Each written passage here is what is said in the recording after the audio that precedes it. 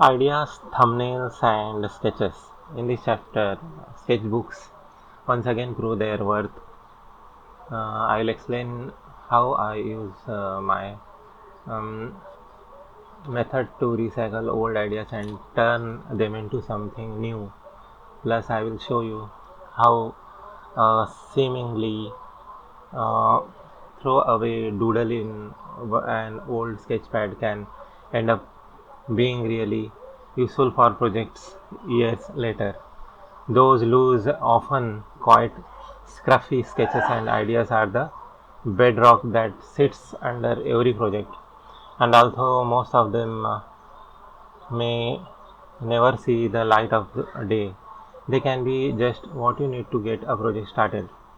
We will kick things off with Johnny Duddle as he explains his working methods for a brief to design a troll. Troll by Johnny Duddle. My first reaction when I get a brief is to start doodling in my sketchbook. My sketchbook drawings may never reach an art director, but they get my creative juices flowing and ideas become more defined. From these thumbnails, I work one on some larger, more detailed sketches. These are still a long way from finished designs, but will be a starting point for further discussion with the client. With these new drawings, Johnny had a good selection from which to choose. He continues, so having picked a sketch I would like to work up, I start to think about how I can refine a design. The first drawing is just a head and shoulders because I want to get the head sorted out first. As a fantasy creature, trolls have been depicted in a huge variety of ways, and I am trying to form my interpretation of a classic creature of folklore. I don't have a clear picture in my head at this point, but once I have one drawing, I can decide if I am going in the right direction. Johnny then produced a second drawing, taking elements from the first and various ideas from his thumbnails. Although the troll's physics was looking good, Johnny thought the head was pretty dull and needed more interesting features. He explains this his next step. I start on another drawing exaggerating the troll's nose and dropping his mouth farther down his face while giving him much larger teeth. The body of the second drawing is developed further and the long hair, uh, leather cap, and dangling ears and retained. The drawings so far are in graphite or blue coal erase pencil, but I would like to add some impact for presentation to the client. So I scan the third drawing into Photoshop and place it on a textured background, which is just a scan of the back of my marker pad. I desaturate to make the drawing grayscale, adjust the levels to get some contrast in the line work, and add some subtle shadows and highlights. This can then be printed and given to the art director as my reaction to the brief and the first step in the troll design. Uh, then I sometimes use what I call the Frankenstein method when I am producing character designs. It's a particularly good way of exploiting the options you have only when working digitally, as you will see. Here is a selection of drawings from my old sketchbooks. They were produced over a period of years and are quite unconnected with one another. I scanned them all into Photoshop and began to cut bits from each drawing and paste them into new layers within a new document. Very soon I had a varied and extensive toolkit of body parts to play with. I then began to experiment with these bits and pieces, moving them around to see how they might fit with one another. Photoshop's transformation tools are very useful during such procedures.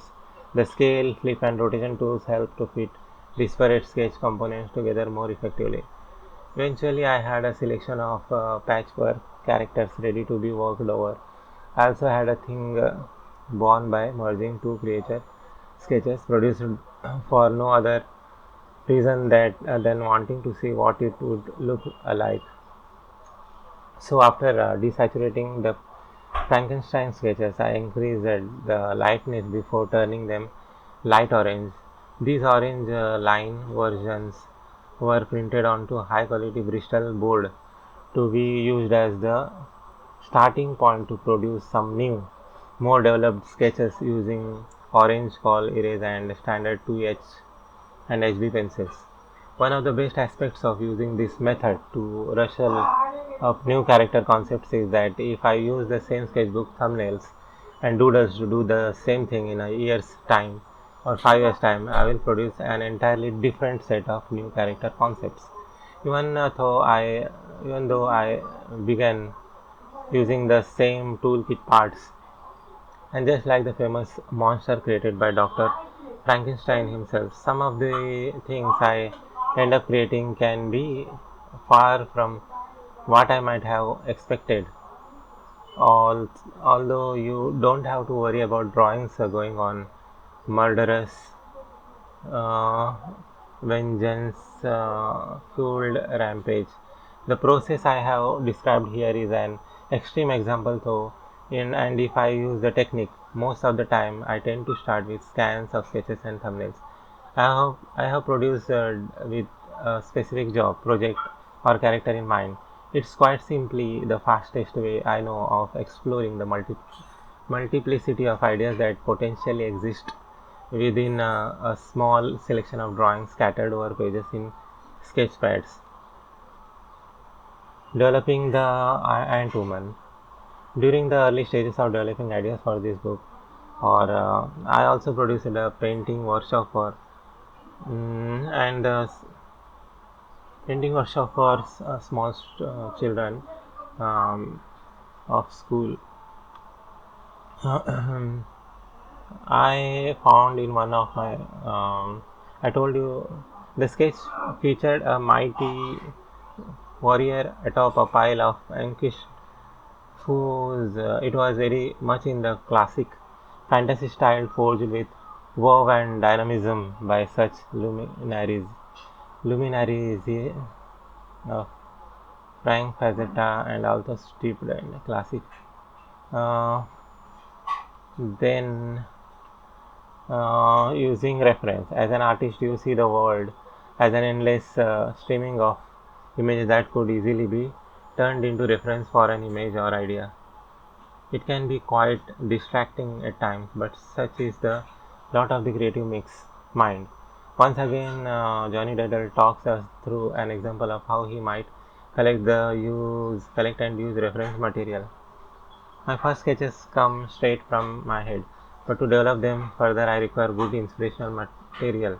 Years ago, finding reference images involved trawling through magazine trips to the library and personal photos, which came at great expense with the cost of film and development, and required cupboards, bookshelves, and filing cabinets. Hours could be spent searching, and of course, reference libraries need to be organized, an imposing task in itself. In this digital age, thousands of brilliant images can be found online, and with a cheap digital camera, personal references libraries can be built up with a minimal cost. It's only when you try to draw something that you realize you don't actually know what it looks like. Try to draw a cow without any reference, and no matter how many times you have seen a cow, unless you have drawn one before, you will struggle to produce an anatomically correct cow drawing. Go on, try it and see. This is where good reference proves invaluable. As a concept artist, the goal is to understand your subject in three dimensions, not just one view of it. So, the more reference you can find and the more drawings you make from all angles, the better your understanding will be. Here, uh,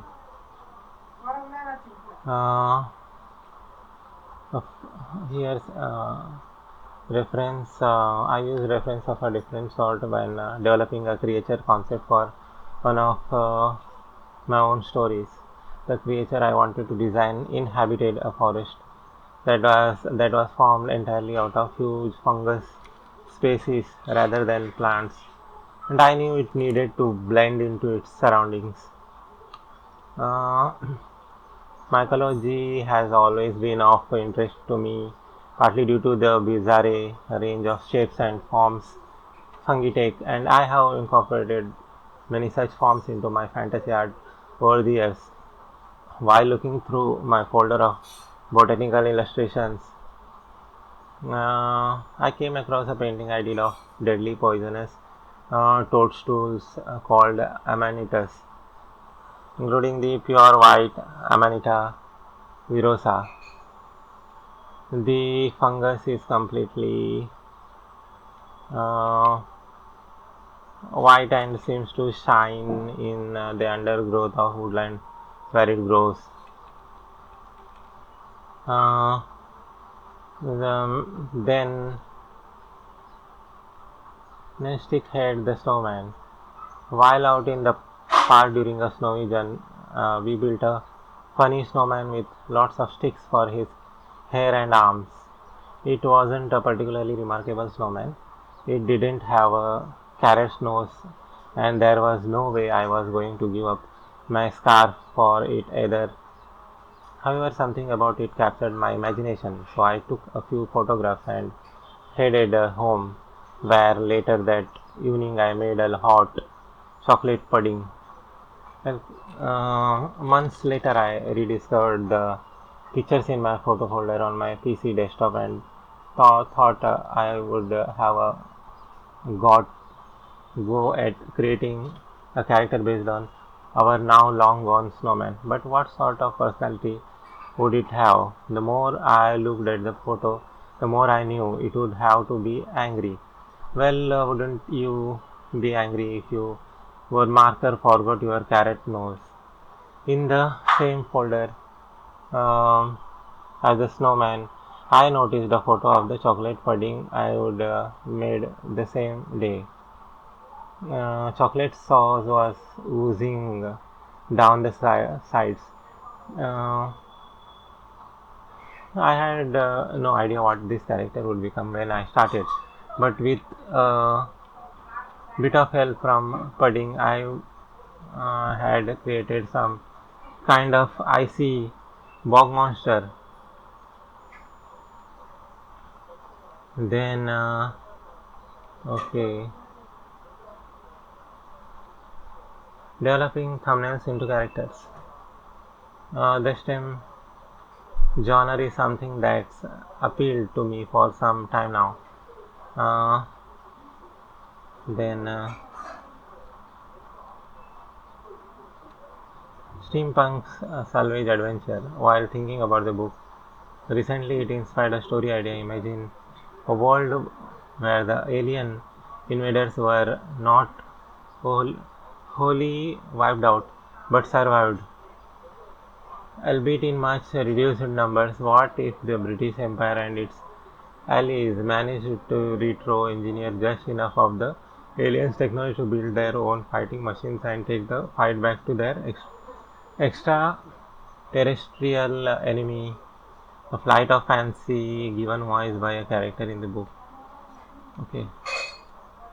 I imagine this would lead to sustained war lasting decades, and during that time, although technologically advancement would continue, stylistically some archaic fashions and trends would persist into the present day.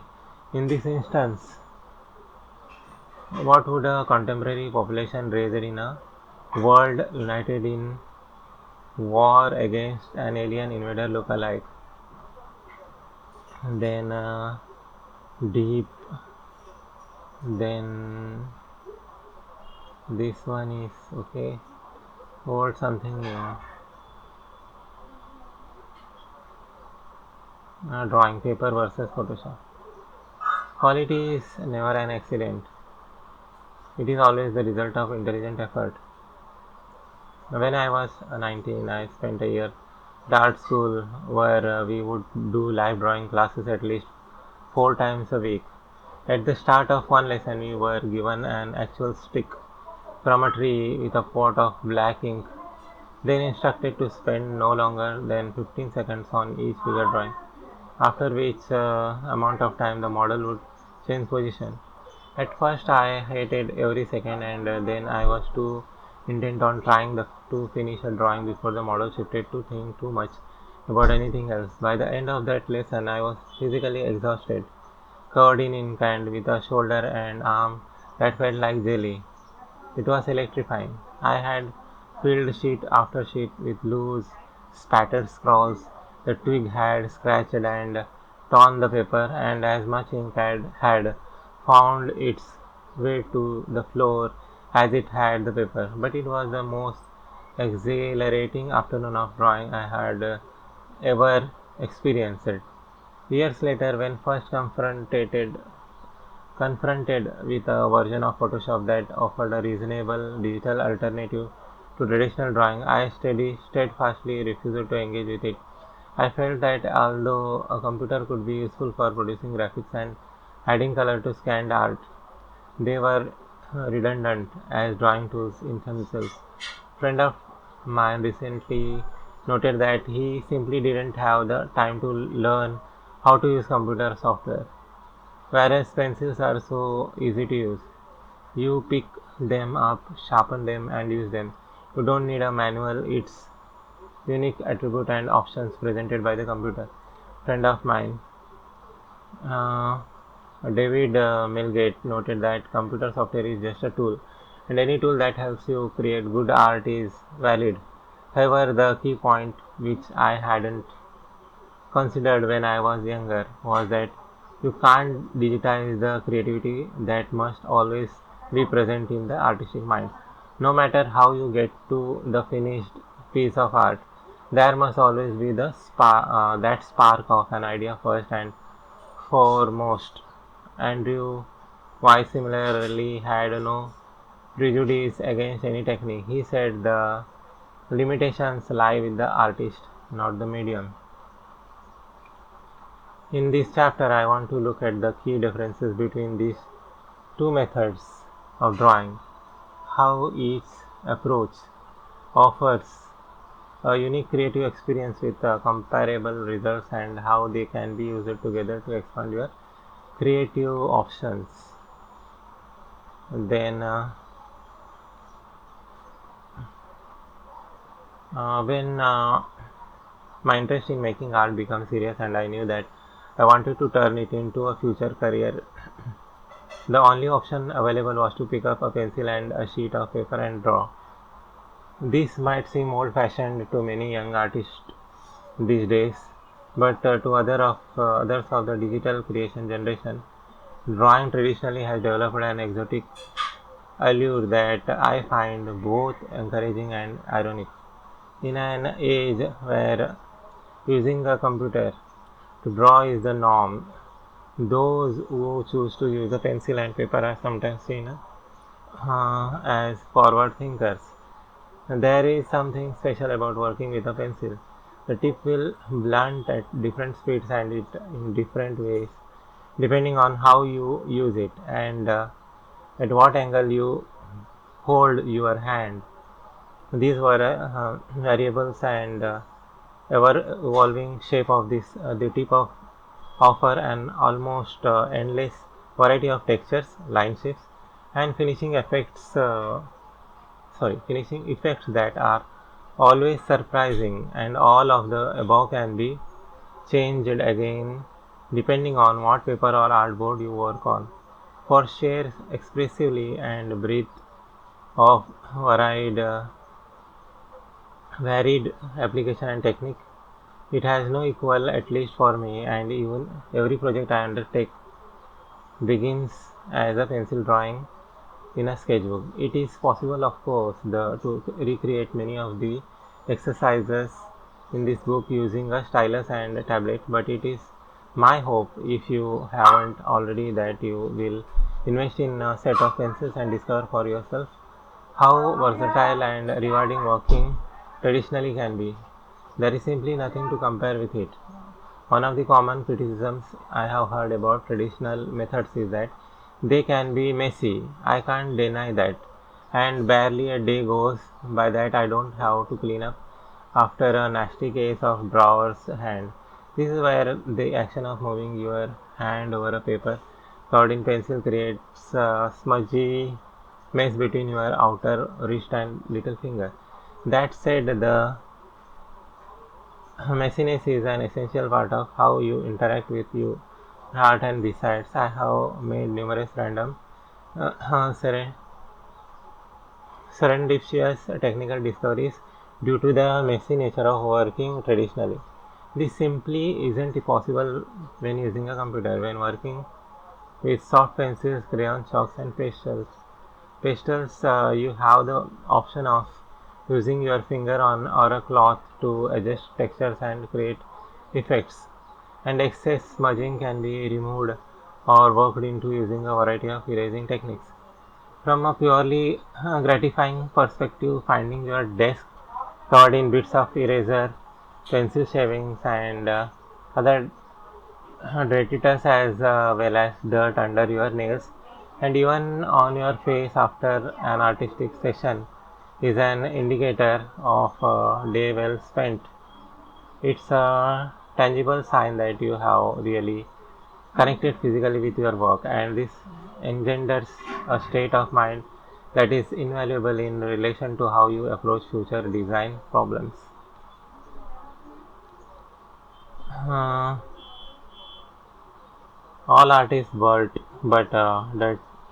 dirtying the paper delicately. All art is but dirtying the paper delicately.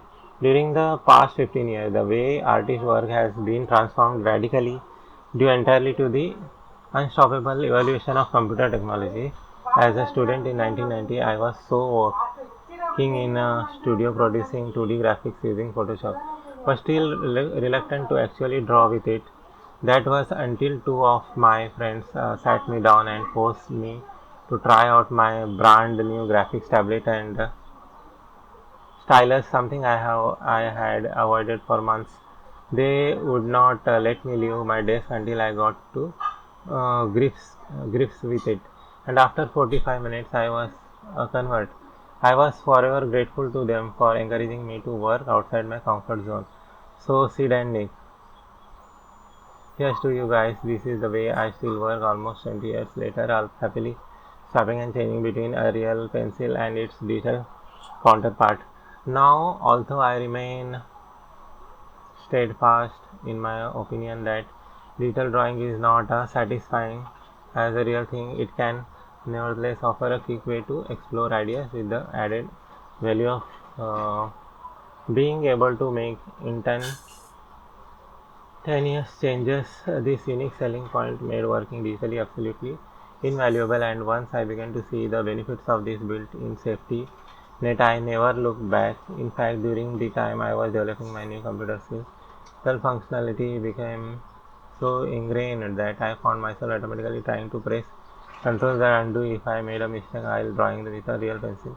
So this duality caused a bit of conflict in my brain as I attempted to demold my working methodology to encompass this distinctly new way of working, but the gains were worth it. Having spoken to artists about working with Photoshop, many agreed that the major pros of the medium are the undo features, the ability to work on numerous layers within a single image file, and the simple speed in which ideas can be explored and nailed down. Other points in favor of digital were that there was less fear of making mistakes, the lack of need for paper, the lack of mess, and the ability to make changes as you work. Here are a few more thoughts from, say, some of my artist friends. I love to draw by hand, but the graphic designer in me has pulled me more to a digital. I love the ease of use through the relevant software, layering, color correcting, and nailing an idea down through the use of custom brushes. I love working with pencils. After all, if it was good enough, Leonardo, it's good enough for me. or he would probably have loved an iPad. I never ever plan images using pencil. Digital allows you to iron out mistakes which traditionally would have meant a complete redraw. I would never go back to designing comics with blue pencil. However, I do like a draw over my final blueprint out. I find traditional sketching a much more free flowing and natural than digital. I often sketch out ideas with a pencil before working digitally, but they really are the roughest of thumbnails that I had never show to anyone else. And speed is required, especially for remote clients. Photoshop is the best option for quick concepting. Then, personally, although I still do all initial roughs, comic page, layout, etc., as pencil thumbs in my sketchbook, I have found myself incorporating digital working into the process a lot more. For the past few years, final drawings is still always traditional for me. But a lot of the bones of how I work out a composition are digital in nature. My 19-year-old art student self would not have believed this, but I am not sure I could go back to being just a traditional artist again. At least not easily. I have included a couple of images I produced entirely in Photoshop. The first is a template I did using a basic round brush with of opacity set to 100%. I set the foreground color to black and background color to white. Mm,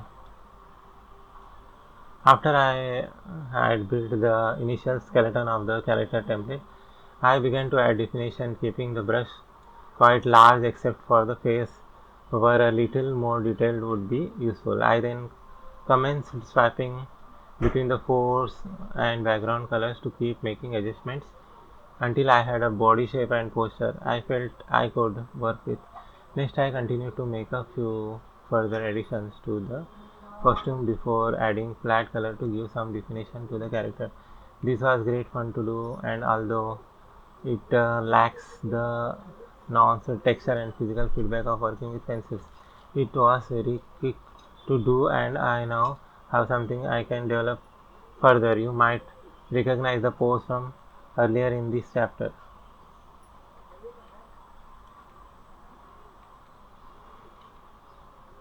Then working try digitally to round off the zombie dog master. Then uh, breaking anatomy in my last in I include chapters about anatomy and how to distort it, but I always there was a lot to be said about this subject. Luckily, this book has presented me with an opportunity to pick up where I left out. Then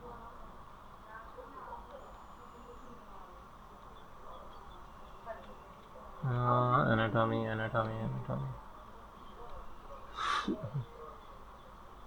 Then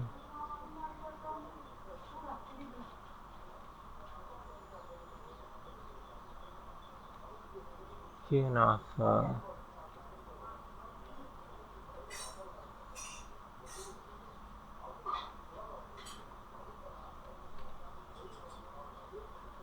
then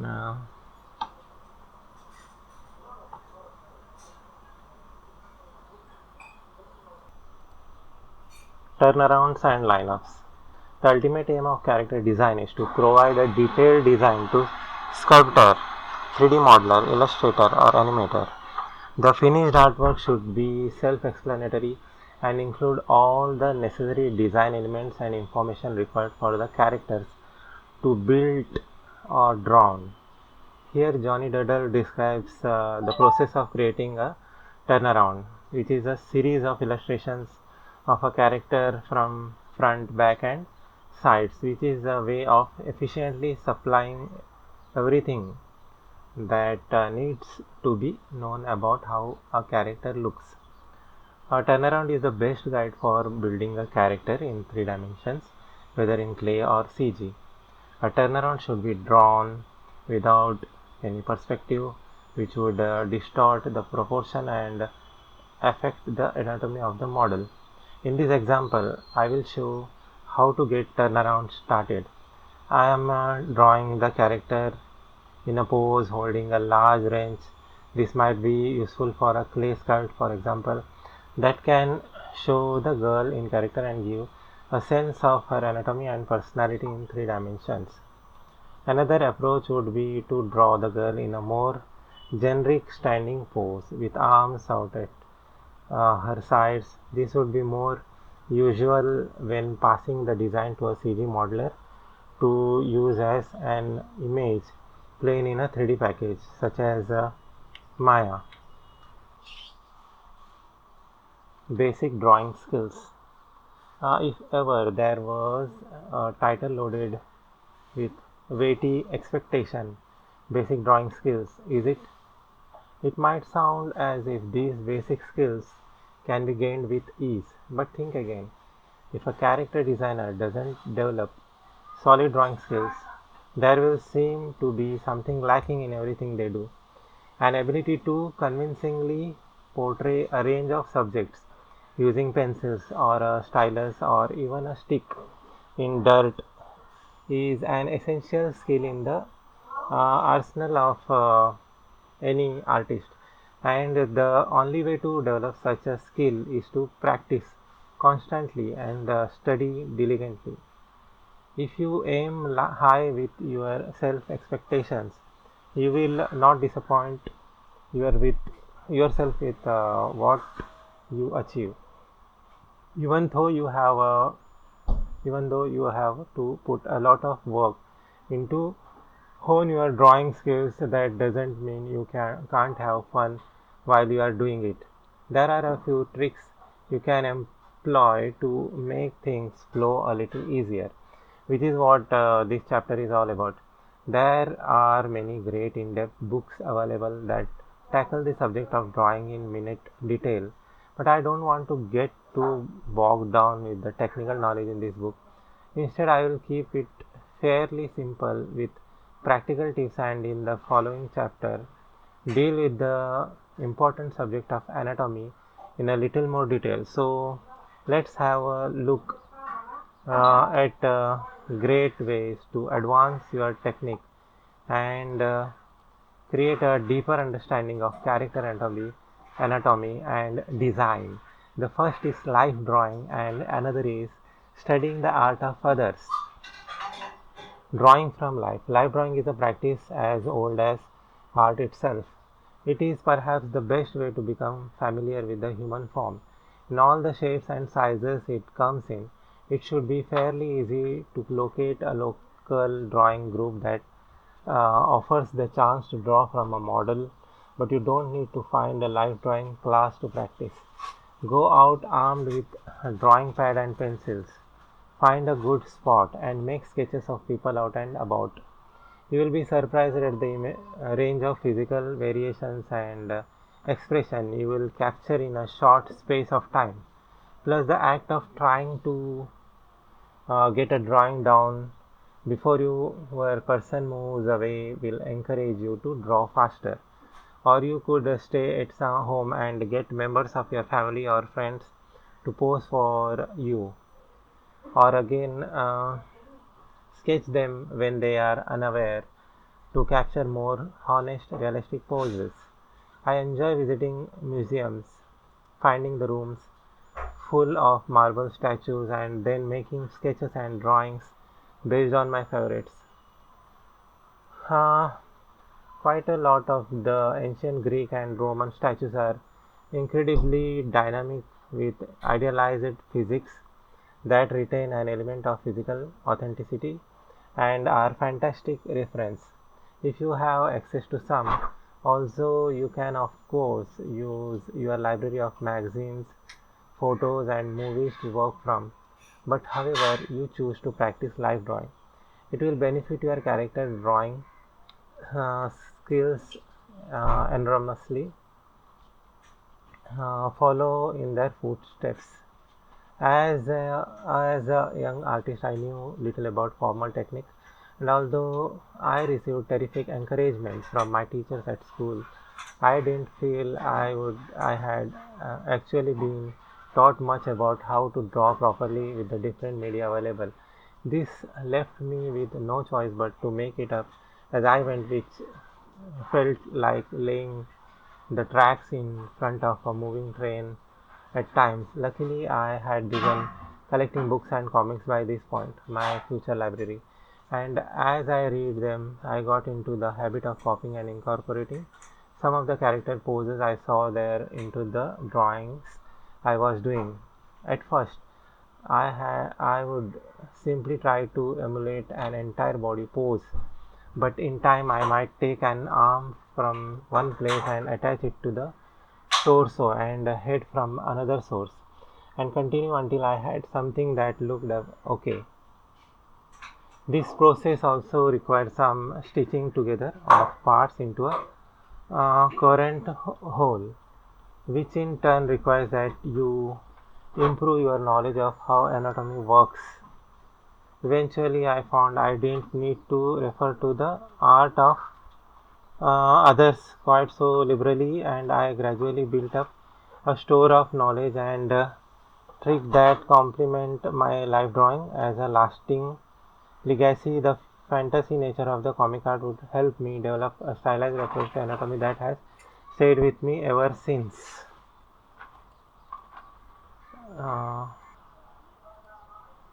Muscle memory. Muscle memory is a term used in lots of disciplines to describe how the body becomes used to performing a task, and it is particularly valid with drawing. When I was younger, I used to draw all the time. I couldn't help it. It was the most fun I could think of, and I was enthralled by all the things it was possible to pull out of your head and put down on paper. Even though my abilities were limited, it didn't seem to matter.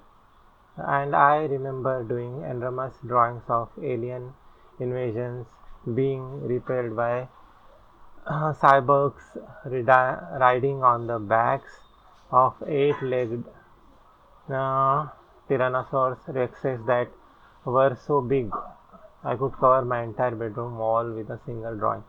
However, as I got older, became aware that the standard of my work was now here near as good as the stuff I saw in my books and comics. And this inspired what I suppose was a new stage in my artistic development. I became less concerned with exploring my imagination, focusing instead on all my numerous weak points. As a result, the act of drawing became much less fun, although the challenge of improving my figure drawing and other anatomical details brought with it a different kind of satisfaction.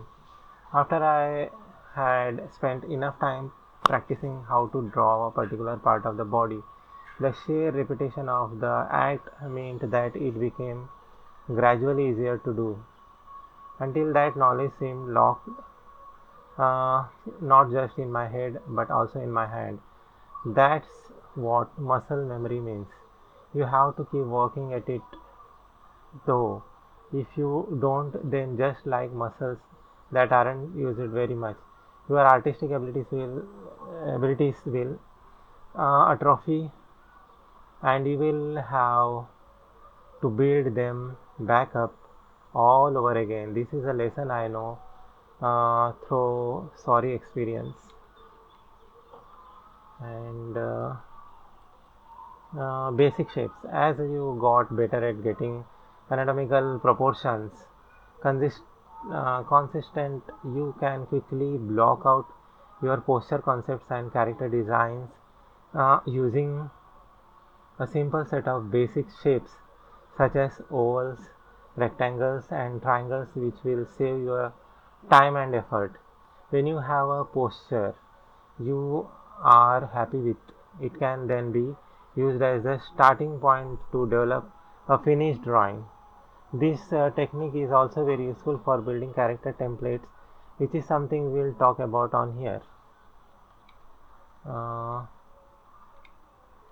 then anatomy in a nutshell. Uh, a subject too huge, I could fill this entire book, entire, I want to say, um, that how the dry study of anatomy in minute detail isn't the goal of our lecture, and luckily, an overly expansive knowledge of anatomy isn't compulsory in order to draw a body reasonably well.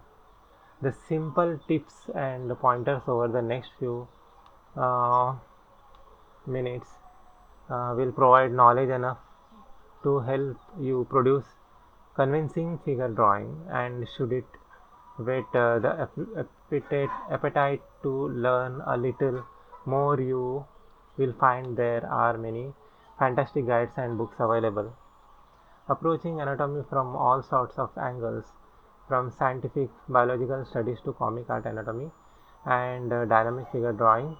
There are books to suit all requirements. Much of the contemporary character design produced for games and movies has a strong affiliation with the fantasy art, which by definition is partly concerned with the exaggeration or subversion of reality. We will look at how to break or stretch the proportions on here, but a solid understanding of real life proportion is essential as a starting point.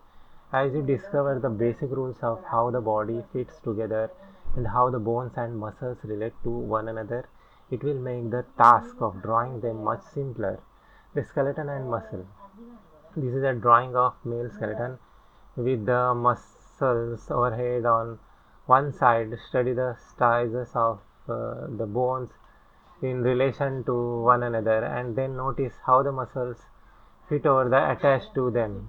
When parts of the skeleton are moved, this has an effect on the shape and form of the muscles relating to that area. This can be seen in the drawing of the arm muscles as the arm bends at the elbow. The bicep contracts and bulges as it pulls the lower arm up, but the tricep located on the back of the arm is stretched and so appears flatter. This is essentially how all the muscles of the body work. They contract or stretch, and as each muscle deforms on way, there is another muscle deforming in opposition to maintain balance and physical stability. It's an amazing system, well worth taking lots of time to study. To revisit a theme covered on see here, following in the footsteps of artists who in, who inspire you is a good way to get yourself drawing. It's how I started out. After all, however, sooner or later you will realize that what you are actually doing is copying their interpretation of how anatomy works without perhaps fully understanding it yourself. This is when it's good to do your own research, essentially building the bones of a deeper knowledge that will improve your work dramatically. Sorry. I am not dismissing the notion of learning from your heroes either, as I still do that today. But if you improve your own knowledge, you will also be able to glean a little more about the process of how those other artists work. I have also supplied drawings of the leg and back muscles as a purely visual point of reference. So, at a glance, you can see the different muscle groups where on the body they attach and what their relative sizes are.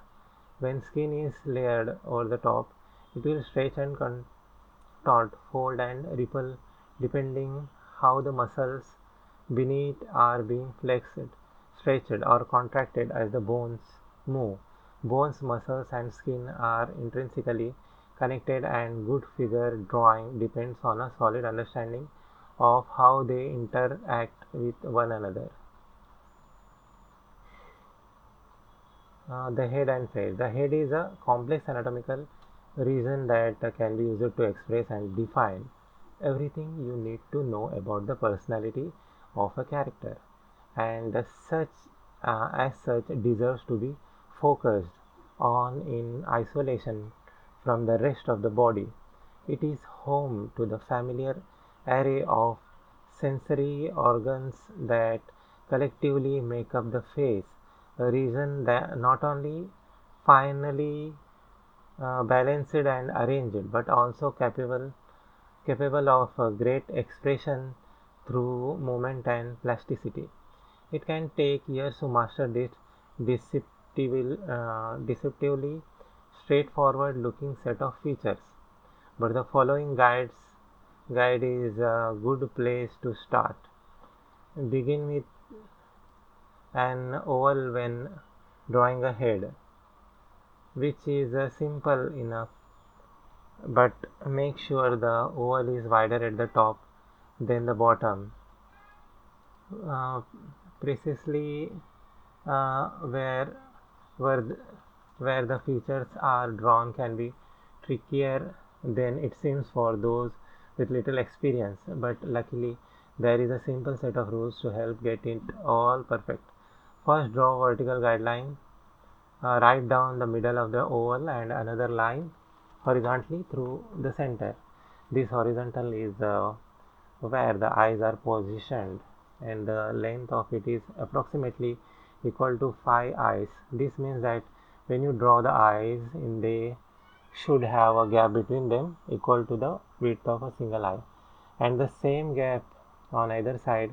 Next, draw another guideline halfway between the eye line and the base of the oval chin. This line is where the bottom of the nose is located. The maximum width of the nose is roughly the same as the gap between the eyes. Next, draw another line halfway between the nose line and the chin, and this is where the mouth is drawn. The mouth line at rest is as long as the space between the irises of each eye when looking directly ahead.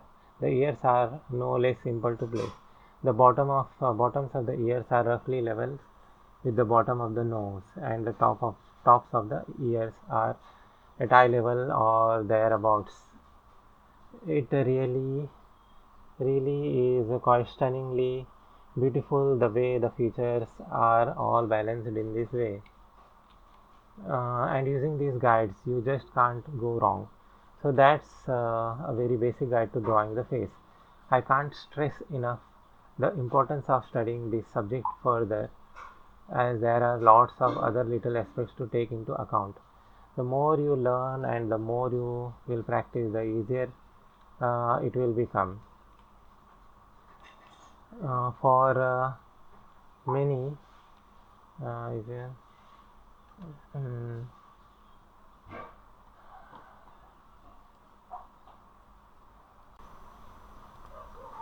uh, adult female. For many years, I avoided drawing women almost entirely. The reason was simply because I wasn't very good at it, and for some reason, poorly drawn female makes your inadequacies as an artist much more obvious than a badly drawn male. So I stuck to drawing monsters and dragons for the most part, which worked out just fine during my first year as a character designer. Uh, then a brief came in that required me to design a female warrior, and I realized that I could avoid it no longer. Keen not to repeat my earlier failed attempts, I gathered as much artistic reference as I could and began to practice. One artist in particular I took inspiration from was Brett Blevins. I had read an article he had written for Draw magazine in 2001 uh, entitled How to Draw Lovely Woman. And although he was more concerned with drawing idealized almost cartoon versions of women. He gave a lot of useful advice that proved invaluable in my studies. Uh, he wrote, "The foundation of any graceful figure drawings is rhythm. In a nutshell, this is the best thing to bear in mind when drawing a female. Fluidity of form suggests grace in motion and intrinsically feminine attribute. Of course, there are also those distinctive differences between male and female bodies with which you must familiarize yourself. Hmm. First, the female body shape is generally smaller than that of a man, but with wider hips, which push the upper legs out, helping to create the figure 8 shape. Also, a feminine figure has fewer sharp edges instead in the lines that describe limbs. The neck, hips, and torso flow in a series of smooth S shapes. This creates inherent movement even within a static drawing, which adds to their distinctiveness. The face too should be treated distinctively, avoid adding too many lines, simplify the detail and soften the uh, cheekbones and profile. The lips should be fuller, the chin narrower, and the eyes slightly larger proportionately than the male. As with all anatomical subjects, there is so much more to learn if you want to dig a little deeper, but these brief guidelines should help solve the kinds of problems I myself struggled with as a young artist. Hmm. Uh, So you should now have all the information you need to boost your confidence while tackling this most fundamental of all character drawing issues. Remember to practice drawing people not only from the front but side on and from the back, and work on the proportions until it becomes second nature. I have been studying anatomy for years and I still fill sketchbook pages with test sketches of arms, legs, torsos, faces, and full figures to keep from getting rusty. Remember, hard practice will result in easier drawings.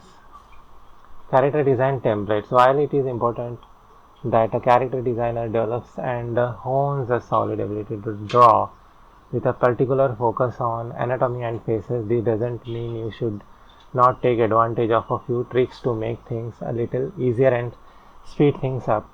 When I began working as concept artist, I drew uh, every single character design from scratch, and every variation I wanted to explore was another drawing on a new piece of paper. This is no different to how many other artists work, but it does take time to get a lot of ideas properly represented. This means that if a job has a tight deadline, the number of ideas you can present is strictly limited. By this point, I had been using Photoshop for 10 years during my time as a video game artist, and I soon began to wonder if I could use digital methods to speed up my process and it doing and in doing so increase my output. This led me to discover for myself a technique I have since learned many concept designers use. I set about developing a series of character templates. These consisted of a set of basic pencil drawings of infant and adult male and female physics, full figures and waist up from front, back and aside. I then scanned this into Photoshop and used the software to turn them a light blue color. I would sometimes use other shades too, such as yellow, orange or green. Then I simply printed numerous copies of these light colored templates onto drawing paper, which gave me a basic body shape over which I could then produce as many variations of a character or costume as I wanted within as a much reduced time period. I produced numerous other drawings featuring more dramatic perspective or action poses, so I could expand my choices, and it revolutionized the way I would approach any concept art task. I used the same process to produce a range of faces, males, females, adults, and children, along with various alien and monster templates. Uh, I can use to get a character concept job started quickly and efficiently. And I still like to produce new ones if I have time. I haven't completely stopped producing concept drawings from scratch. I still enjoy drawing too much to abandon doing it the hard way entirely. But using templates allows me to fully realize a range of ideas and variations of ideas with improved efficiency.